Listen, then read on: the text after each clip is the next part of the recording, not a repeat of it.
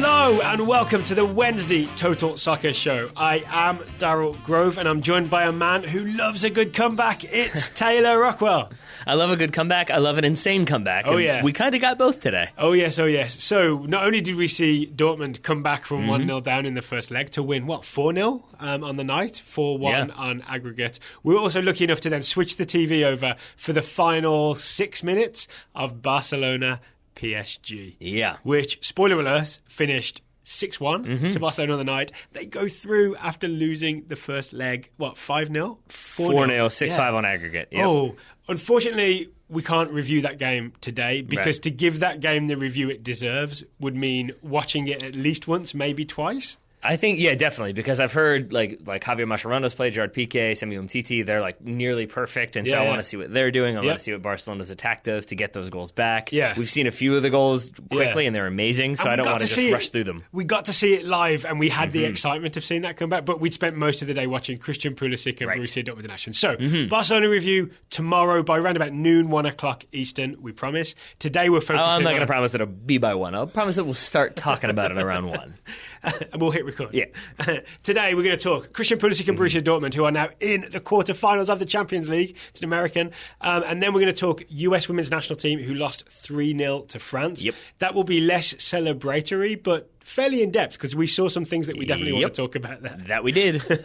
All right, where do we start with Borussia Dortmund? How about, obviously the focus is Pulisic, right? Yeah. That's the reason we watch this game. How about his positioning? Sure. Yeah. So we talked previously about what Dortmund had been doing with Christian Pulisic and how he had changed a little bit. How it had gone from him being on the touchline, staying wide, and being kind of a provider, sort of creator, but not really actually when it comes to goals and assists. He's more like a cog in a machine when he plays wide in that Dortmund formation. Since then, he's been moved into like kind of a front three, in like a 3-4-2-1 if you want to do like the basics, the very, very basics. We'll get more into that in a second. He was in that kind of midfield two alongside Ousmane Dembele. Attacking midfield two, let's call it that. Yeah. And the result was a goal and an assist. But not 2 assists. Yeah, and a fake second assist. It was actually Julian Weigl, the commentator, got confused.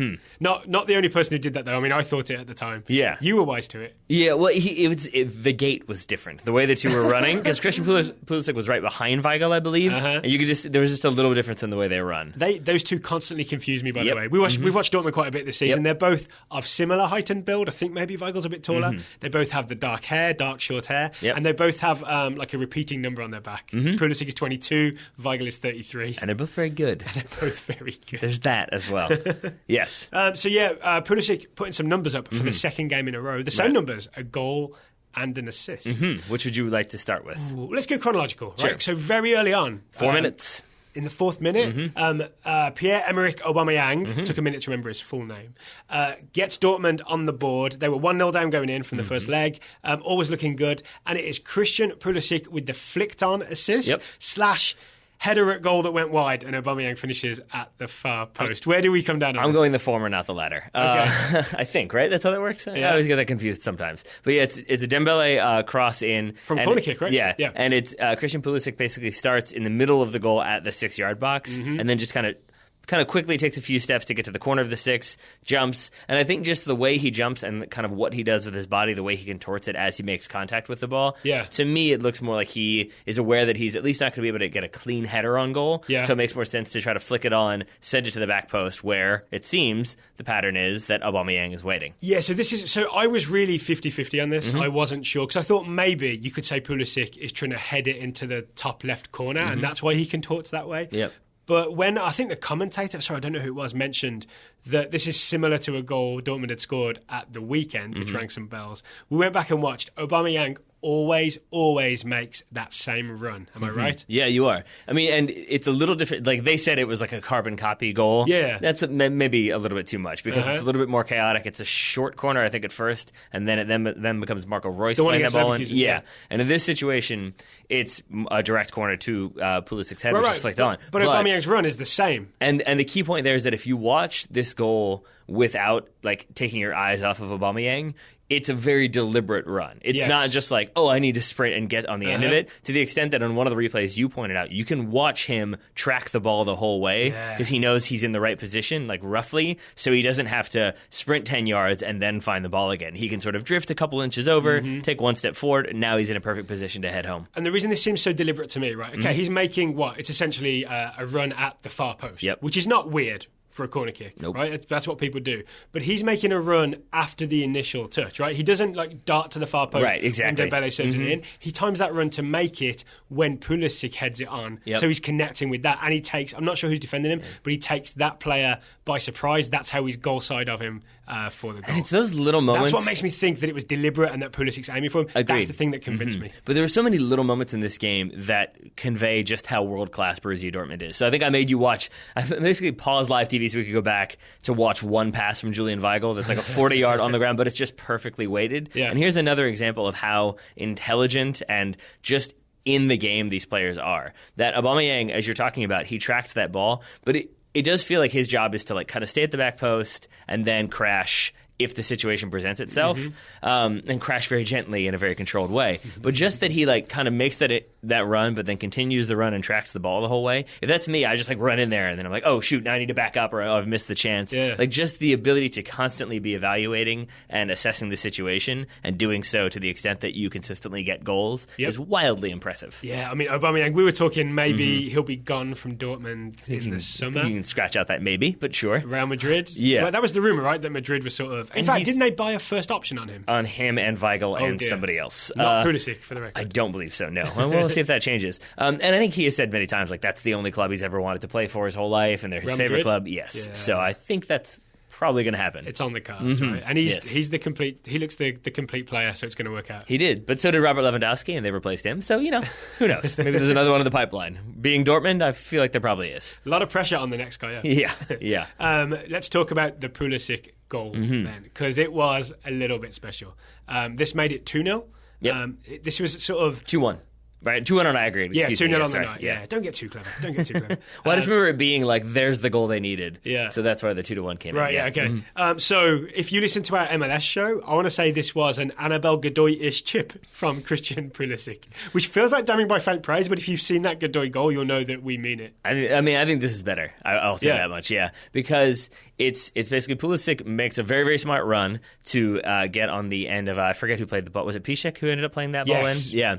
And it's basically, he makes a run across two center backs and then ducks inside, so he knows he's onside, so he's able to run with confidence. And then just the angle that he hits it, like he's at full speed, and I think when I was like reenacting it in studio, I basically had my left foot facing forward and my right foot completely perpendicular to it. I feared for your ligaments. Yeah, as did I when I actually tried to do it with some amount of pace. I mean, it's an incredibly difficult maneuver, and he executes it perfectly, which is why it has that crazy, weird, like backside spin that drops into the goal. It's so well done. And again, I'm not going to say it's world class, but it's right up there. Yeah. It's right at that level. Are we in danger of overpraising Christian Pulisic here? Like, okay, do this because obviously we're like big admirers because he's this 18-year-old playing in the Champions League and he's American and we're all excited about him. And like we were talking off air, like it reminds us of, say, like the Armenian fans who are all about Mkhitaryan from Man United, and that's really why they watch Manchester United. It's not a dissimilar situation, right? I'm saying, are we giving him too much praise? Like, if you were a neutral viewer, maybe you were just like some random German dude who was just watching Dortmund in the Champions League, would you be as impressed with Pulisic as we are, maybe? Probably not. I mean, because it's an amazing goal, but you probably wouldn't care about the flick on assist. Maybe you would wonder if he actually meant to score that. Yeah. And then a lot of the other... the first goal, you'd be all about Aubameyang. Right? Yeah. Like, you probably wouldn't care that he ran the second most of any player for Borussia Dortmund. So that stat, yeah, you wouldn't care about a lot of the little runs that we were kind of watching him do. A lot of, like, the very... But you'd be impressed by the chip, right?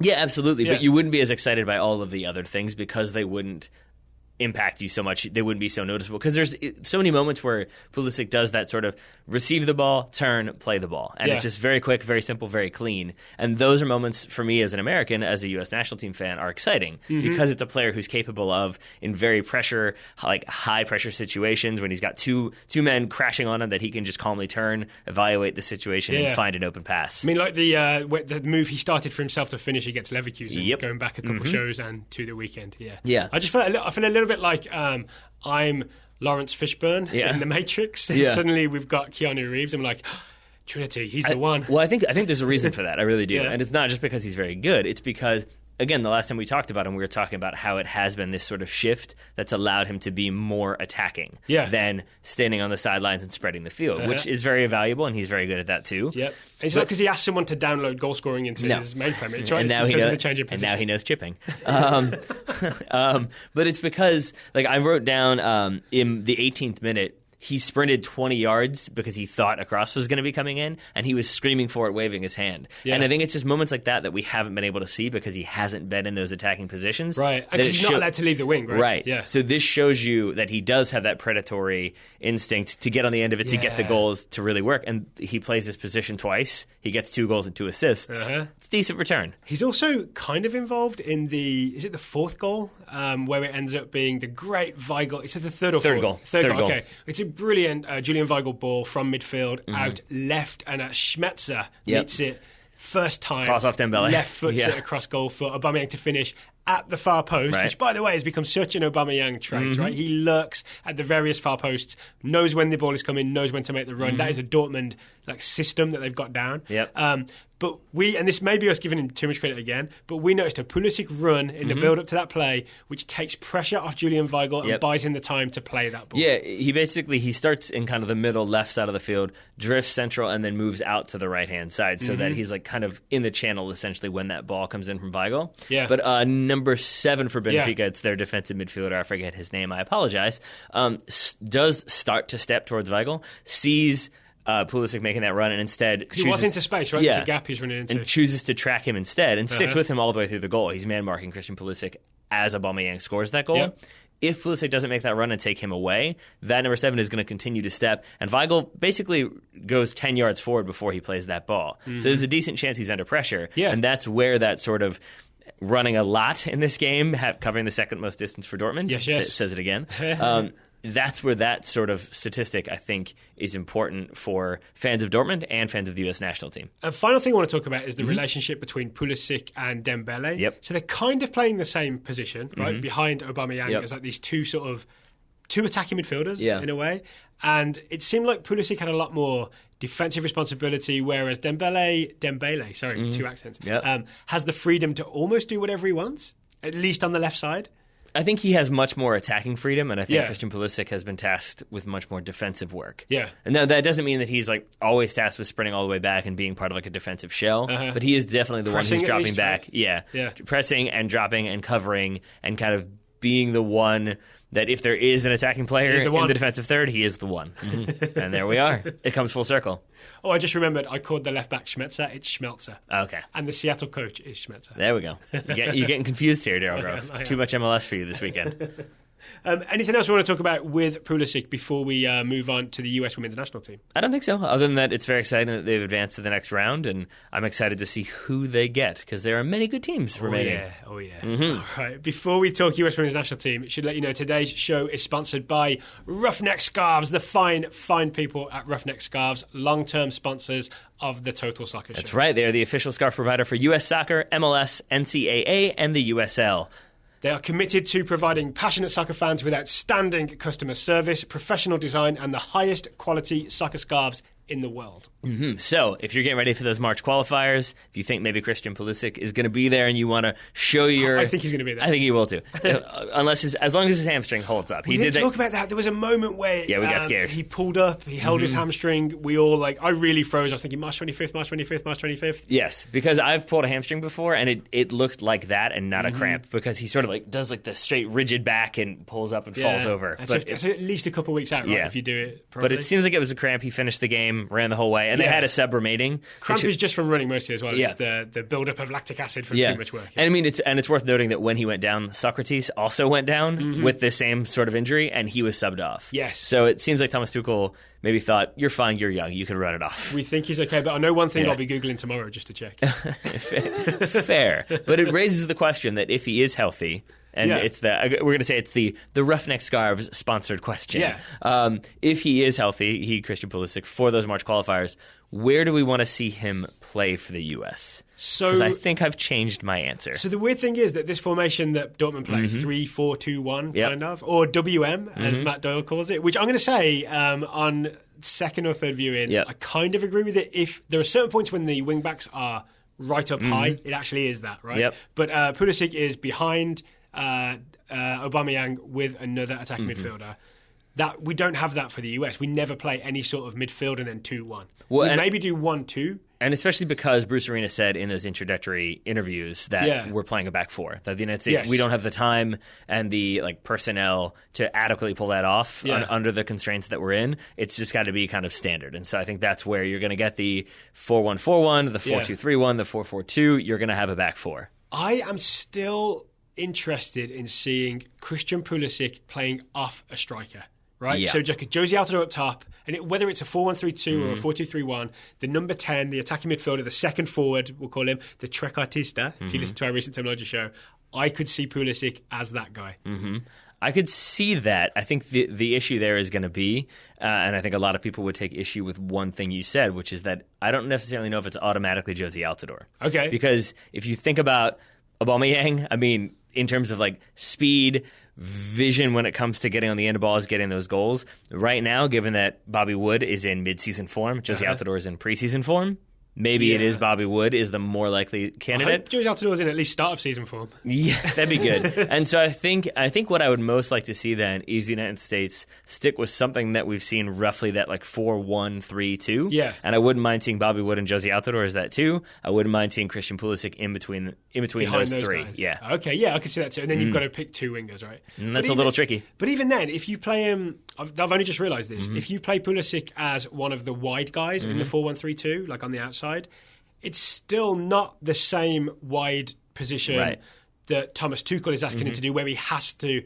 be stuck to the touchline and he can't make those infield runs. It'll be more like an interior. You'll be more in the interior, right? Yeah. Because you've got fullbacks who can make those overlapping runs. Essentially, when he's doing that for Dortmund, he's kind of a wing back. Right, exactly, yeah. So as long as he's given a position where he can thrive and isn't told to just go have fun, I think it's a pat on the back. That's all I want to see, is him be given specific instructions and execute his game plan. Okay, I know we'll get to talk about this when the Honduras game comes, but here's what I'm saying now. All right, Josie Altidore and Bobby Wood up top as the front two in a 4-1-3-2. Okay, then in behind them, the central attacking midfield playmaker is Benny Feilhaber or Sacha Kljestan. Yep. Christian Pulisic on the right, and then either Fabian Johnson or Darlington Nagbe on the left, depending on who plays left back. Okay, that's a lot of attacking talent there. Yeah, I think I'd probably be okay with that overall, and I think it's mostly because Sacha Kljestan hasn't had the greatest start to the season of any player we've ever seen, and maybe I'm being he got an assist for Montreal. For Vancouver, I mean. Yeah. Sorry. So maybe that sort of bias is filtering into the way I'm seeing this, and that's why I'm saying I'd be okay with Pulisic in the middle. As we talked about with that DC game, though, I would not mind seeing Benny Feilhaber start either. So either one of those is fine. And then I still stick with the idea that I think Fabian Johnson, right now at least, is probably our most proven and capable left back. It depends what's going on with Villafaña, right? I feel like we're drifting into a US preview here. We should save this for later in the month. A reminder that this section was sponsored by Ruffneck Scarves, makers of quality scarves for US Soccer, MLS, NCAA, USL, and the Total Soccer Show. They are our official scarf provider. That they are. The link will be in the show notes if you want to buy a Total Soccer Show scarf or a Ruffneck scarf at ruffneckscarves.com. And best of all, our listeners can get 20% off any scarf in the shop with the promo code TOTALSOCCERSHOW, all one word, all uppercase. At least that's what I've written on my piece of paper. That's correct. That's ruffneckscarves.com, RUFFNECK, scarves.com. Thank you to Ruffneck Scarves for sponsoring today's episode. You can also wave a US national team scarf if you are watching the US women's national team. But I imagine US women's national team fans, like ourselves, are a little downbeat right now after a 3-0 defeat to France in the SheBelieves Cup. US needed a win to lift the SheBelieves Cup. They got the opposite. They got a beating. They were 2-0 down in 9 minutes, and things did not look good. Dead last in the group. They finished last. I didn't see the final table. I didn't think to look at it. I assume France won the cup. You are correct, yep. Oh, no. I don't even know where to start. I mean, the obvious problem we saw was the back three of the US women's national team, with Ali Long, who is a midfielder, playing in the centre of the back three and was at least partially at fault for the opening 2 goals. Okay. So Les Sommer gets behind the US defence twice in the first few minutes, wants to win a penalty kick and wants to just straight up score. Right. And I think I would say Ali Long more at fault for the second and third goals than the first goal, even though on first view it looks like it's clearly 100% her fault. Okay. And it's because it's a kind of comedy of errors. It's the U.S., as we saw time and time again in this game, the U.S. unable to string together simple passes. Yeah. It was routinely passes that were overhit or underhit or just not played with like the right part of the foot to the right part of their teammate's foot. Yeah. But in this situation, it's Morgan Bryan. It comes from a U.S. free kick. They restart quickly. They Morgan take it Bryan, fast, right? Yeah, Morgan Bryan gets the ball, and it sounds like no one tells her that like she's got an opponent coming charging her down. She gets dispossessed. I believe. Yeah, and then from that turnover, Camille Abeli plays it to Mojri, who then like threads the needle, finds Les Sommer for that might be overpronounced, but yes, for what could have been the goal, except she's taken down. It's a penalty. And if you watch this again, essentially, I think Ali Long is kind of stranded because when Mojri gets that ball, Ali Long I think doesn't know if she should step, if Becky Sauerbrunn is going to try to step, because Becky Sauerbrunn is about 5 yards farther forward than the rest of the line. Yep. So I think she's kind of caught,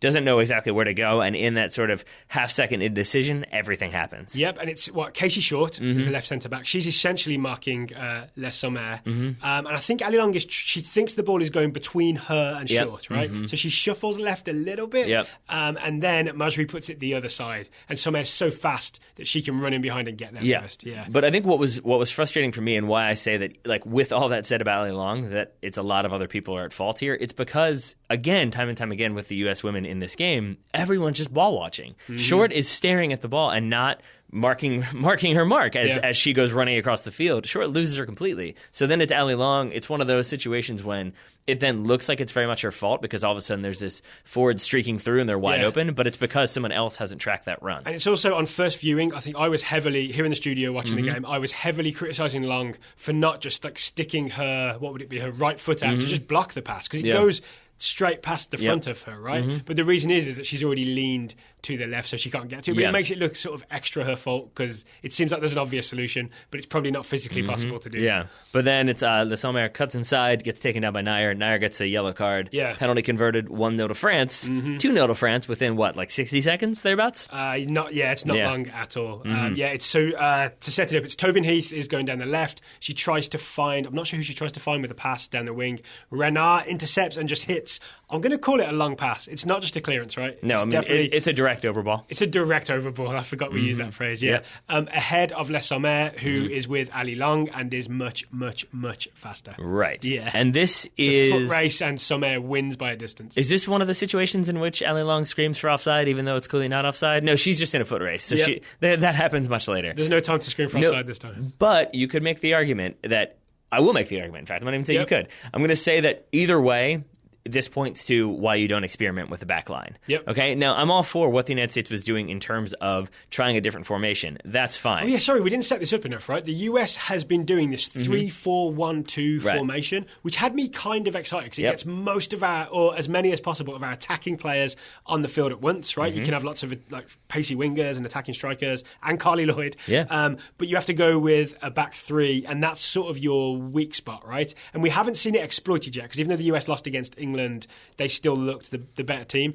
This is the first time we saw it really taken to pieces, and maybe this goal is the best example of it. Well, I think only in the sense for me that you can try this experimentation. You can have that back three. If that's what you want to try to do, this is the time to do it. That's what the commentators kept saying over and over and over again. Cup, right. I don't semi-competitive. Yeah. I don't necessarily disagree with that. But if you're going to do that, I think you go with proven defenders. Yes. You've got Becky Sauerbrunn in there. You've got Short in there, who seems like she can do fine. You had Julie Johnston last against game. England, You've dropped Megan Klingenberg for the squad. Yep. And you put Ali Long in there, who I think can't organize a defense. Yep. And doesn't have the like the overall kind of instinctual knowledge that it takes from being a lifelong defender to play center back. I think that's what it was for me more than anything. It was like the habits of a defender were not evident for Ali Long. And so in this situation with the long ball from Renard, it's either that the back three doesn't step enough, and so that's why the Sommer is onside when that ball comes in, or it's that the back three does step and Ali Long stays back. Because she is routinely a couple yards deeper than everybody else. And as a result, the Sommer just continuously kind of like patrols that zone in between and is never offside. And to break this down for maybe people who don't understand or haven't done a lot of defending themselves, if you are facing a pacey striker, which is what Les Sommer is, right, terrifyingly quick, you kind of have two options. Option one is you play an offside trap, and you make sure that every time that striker tries to run in behind you, you step, you catch her offside. It doesn't matter how quick she is, you're going to catch her, you're going to get a free kick instead of her being through on goal. Absolutely. Right? Exciting. Option two is you have someone mark the pacey striker, and then you have like a sweeper essentially sit deeper than your other defenders. So you have one marking and one sweeping. If she gets away, the sweeper collects the ball. It's the libero type system we talked about on a couple of shows ago.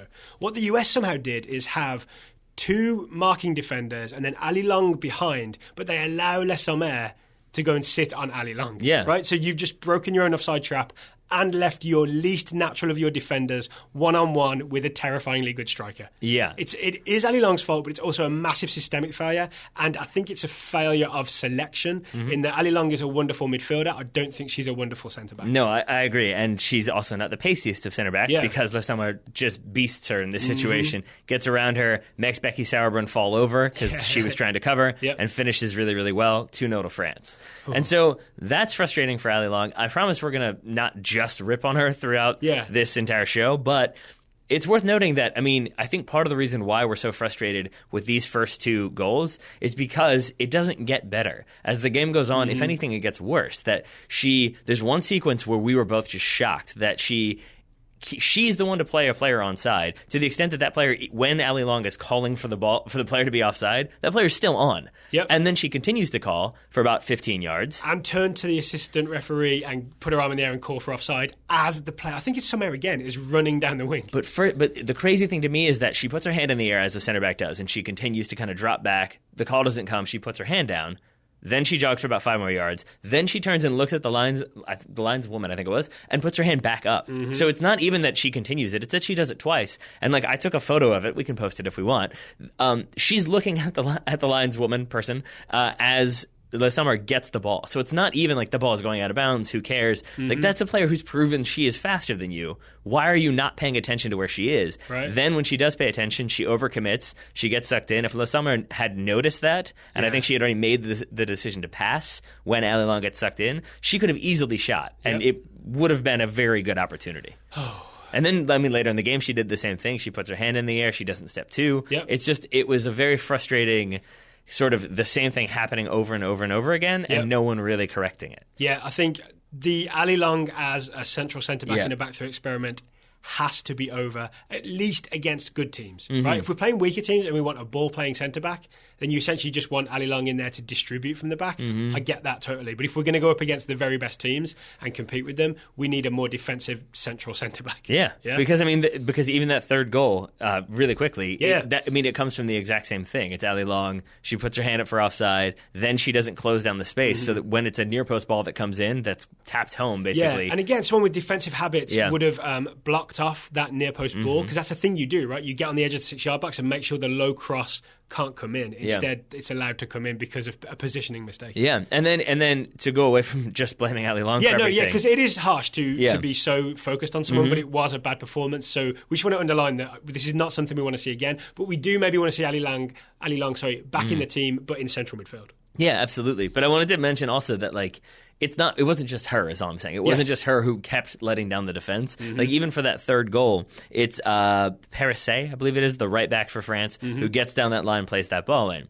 And it comes about because no one in the United States seems to know who needs to be doing what. So everyone tries to do everything at once. And so what happens is 4 different players close on the ball, and nobody then marks their player. So I think it's Tobin Heath who should have been tracking Parisset. Instead, she steps to another midfielder who drops the ball back, gets the ball over the top, and now Parisset is wide open. So now you have defenders who then have to try to come across to cover that space. That pulls other people out of position. That leaves other people open. And it was just sort of routinely the U.S. not executing in the way that you expect the United States to execute, and France absolutely executing. I think the US was shocked by what France did tactically. Because do you remember at the start of the game, this was on Fox Sports, right? They showed the graphic, and it was a 4-5-1. Yep. Right? That implies we're going to sit back. A 4-5-1 with pacey players as well. Les Omer, who's the winger?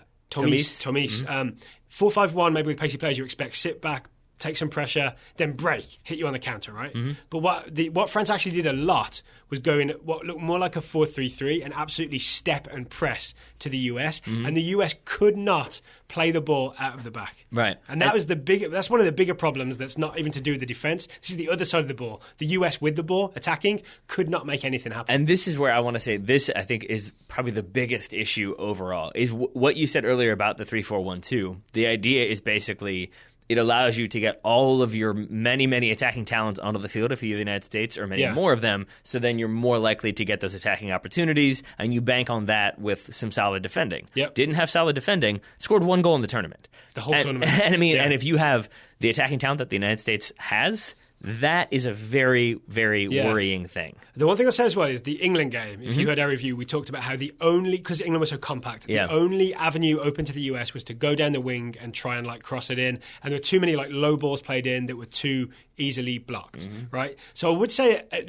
least the US didn't just rely on trying to go down the wings, but I don't even want to say that as a positive, because maybe you could have done that and made it work for you, right? Instead, the US, to me, stayed very compact when they had the ball, which made no sense. I don't understand why we were trying to do that. I mean, I don't understand a lot of things that the United States is trying to do. I don't understand, there was never really any intent to spread and play quickly. It was a lot of people... and Tobin Heath were the wingers, but they kept coming inside, right? And so the few times that you would have your wingers stay wide, the United States, legitimately, I think 3 different times that Tobin Heath actually stayed on the touchline, and Roosevelt did the same, you had really good chances. But routinely, they would start coming inside and stay inside, and all of a sudden then you've got all your players in the middle. There's nowhere else to go, so then it's your forwards who are the ones spreading wide, and now you have no targets up top. You end up having this weird, inverted shape that doesn't really lead to any sort of consistent attacking play. And we didn't even mention the inverted feet, which I thought was really, really weird. So Tobin Heath on the left, very right-footed, as we talked about last show.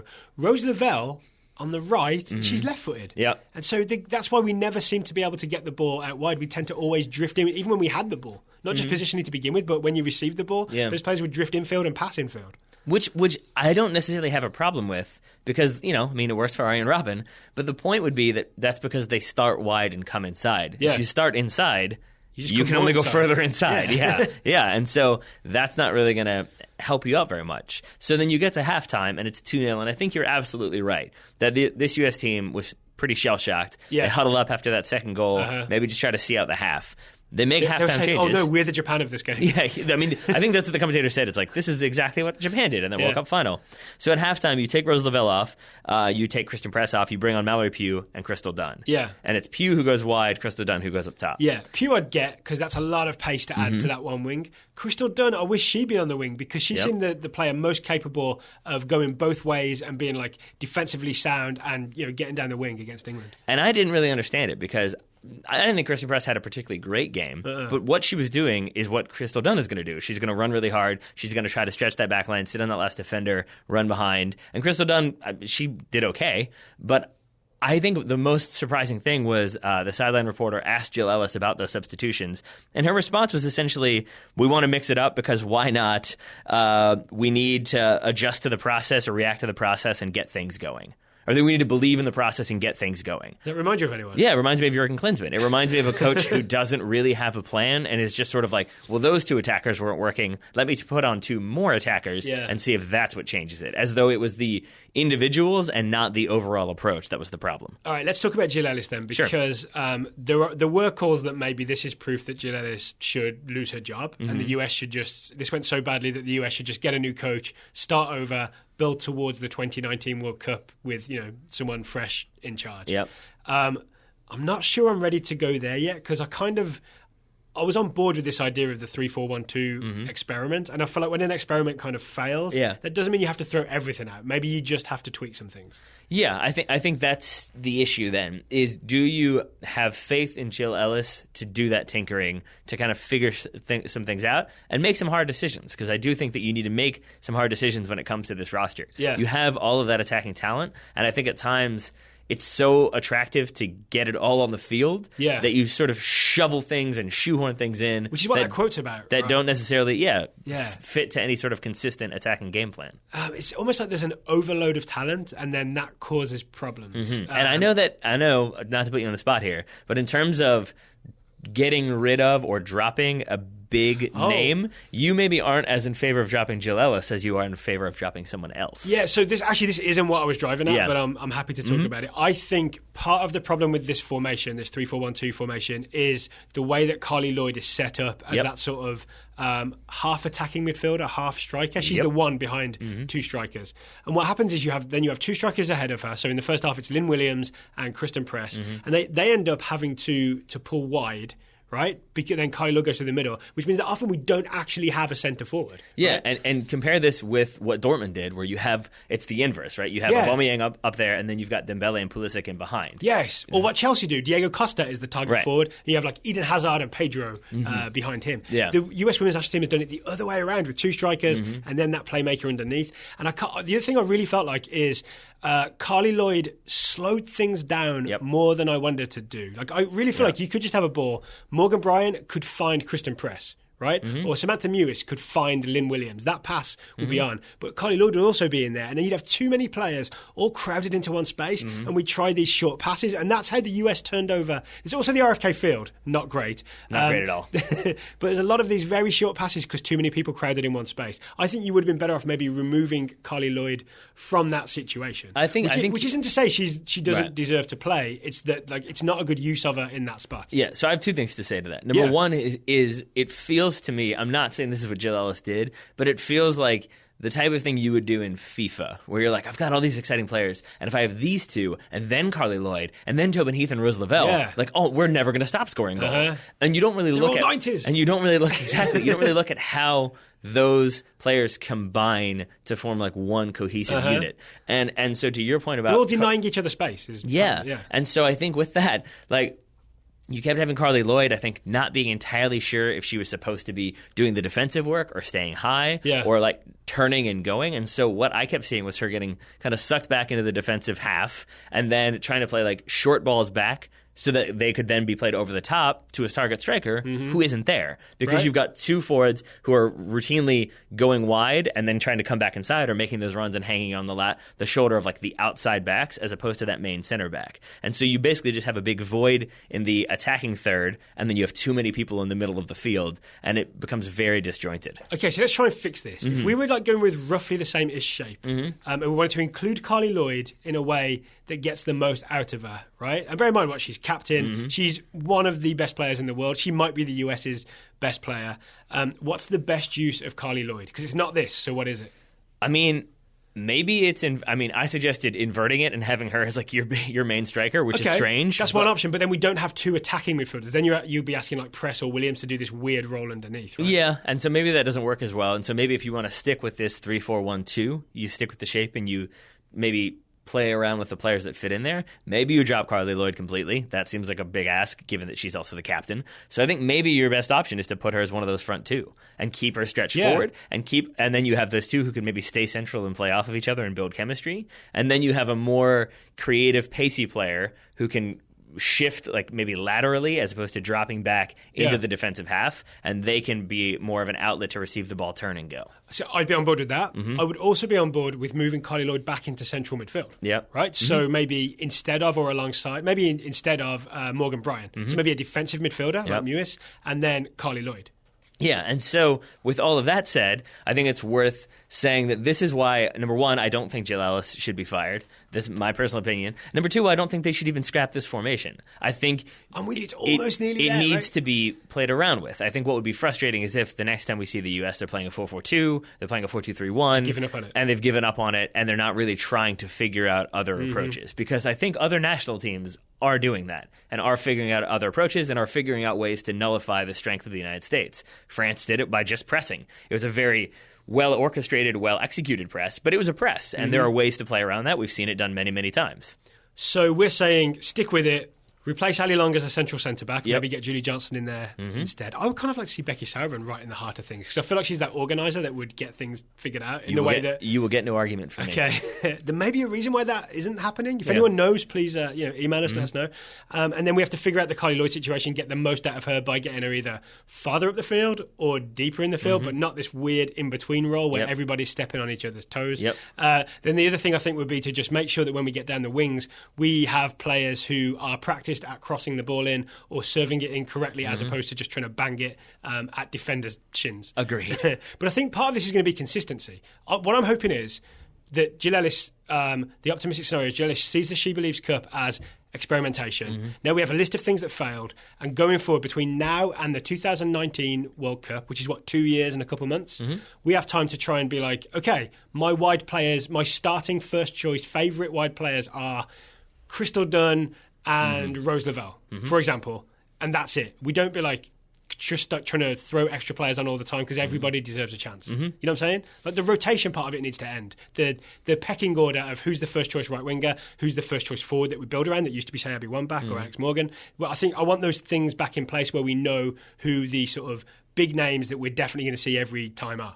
It's tough, though, because, I mean, you've just left off Tobin Heath there, for example. That's a big name to leave off. You've potentially left off Mallory Pugh. But that's fine. Make a decision, is what I'm saying. Okay. Yeah. I think that you can earn your way ask. up. You can earn your way up the pecking order after the initial decision, but at least next time out, it can't be this just like, who's it going to be? That feels Klinsmann as well. Yeah. It could be anyone. Okay. I'm with you on that one. I think it's still very difficult given the amount of talent there is in that U.S. team. Yeah. And I think, it's a blessing and a curse, right? It's a blessing and a curse, especially because, and I'm not saying, I don't know how to say this without sounding like I'm being very critical, but it's some of the best players in the women's game, right? And with that comes some of the biggest egos. I'm not saying that you have a ton of arrogant people on there who are all, can't be dealt with, but you have a bunch of people who think, I am very, very good. Yeah. I should be playing. Tobin Heath's not going to be happy if she's on the bench 4 games in a row. No. She's not. Yeah. So I think you have to take that into consideration too, and have a coach who has the backing to be able to say, look, you're not playing for these 2 friendlies. I got to get these 2 people experience because they're the 2 I'm going with.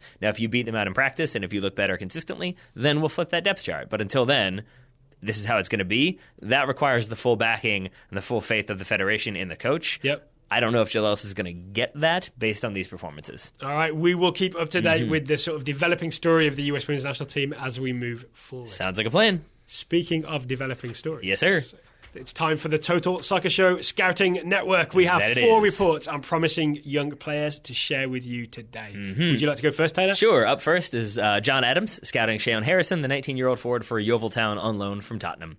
Shayon has been getting mixed minutes in League Two. I think he started 1 game, gotten a few substitute appearances in others, and the Glovers have now gone 4 straight games without scoring.